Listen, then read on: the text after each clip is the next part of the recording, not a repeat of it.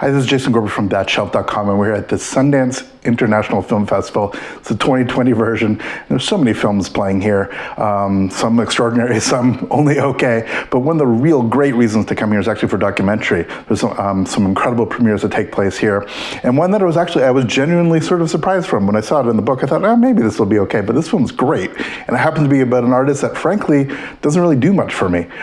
It's the documentary MISS Americana about Taylor Swift. Look, she's an incredible pop superstar. People really, really, really love her. It's just not really my thing. So the documentary I thought might be pretty straightforward music doc, as it sort of proceeds.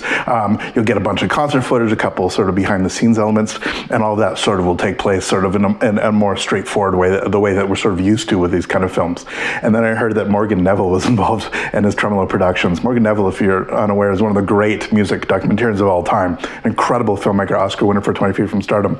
And he was actually engaged by Taylor and her people, I think this is the story, to actually make this film, and he had the idea of bringing Lana Wilson to actually bring a crew together and actually tell this tale. This remarkable rise, frankly, from this sort of teen sensation, this country star, who went on to become one of the biggest pop stars in the world. The film does a really, really good job of sort of getting you inside not only her decision making, but it also actually gives access to her songwriting in ways that has never been done before. You actually see moments in the studio of her working with some of the world's great producers and actually coming up with her songs. She's absolutely one of the most successful female artists of all time who writes her own music, and that's definitely sort of a cachet that the film absolutely explores. It also touches upon her recent rise in politics. Again, this is something that could come across as very self-serving, but the film does a remarkable job of actually bringing you sort of inside her process, the hesitations and limitations that she has of actually speaking about the politics within her native state,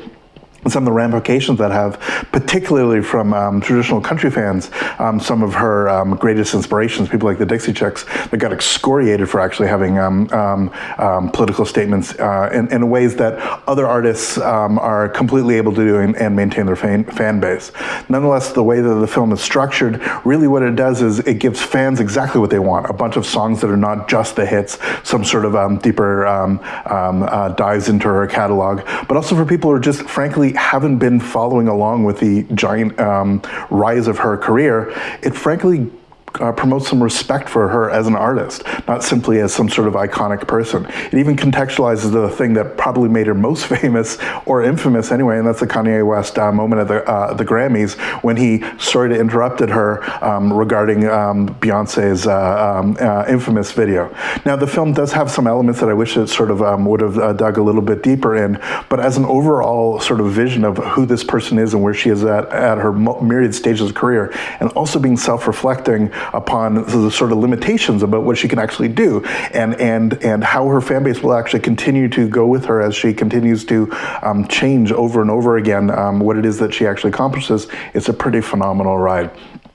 I think fans will absolutely adore it, and people who are unaware of sort of just who she is and how she actually works musically will be very, very surprised about how intelligent she is about her own art, about how she's able to speak very forcefully about what it is that she accomplishes, and to actually see her in the studio actually crafting some of these, frankly, quite elegant melodies trapped under production I'm not a super huge fan of, but nonetheless there's this core here, this real songwriting talent, which is actually quite exceptional. So it's MISS Americana, the Taylor Swift documentary, playing here at Sundance International Film Festival. For thatshelf.com, I'm Jason Gorber. Please subscribe, follow us on social media, and we'll have plenty of coverage from this year's festival and throughout the year. Thanks so much.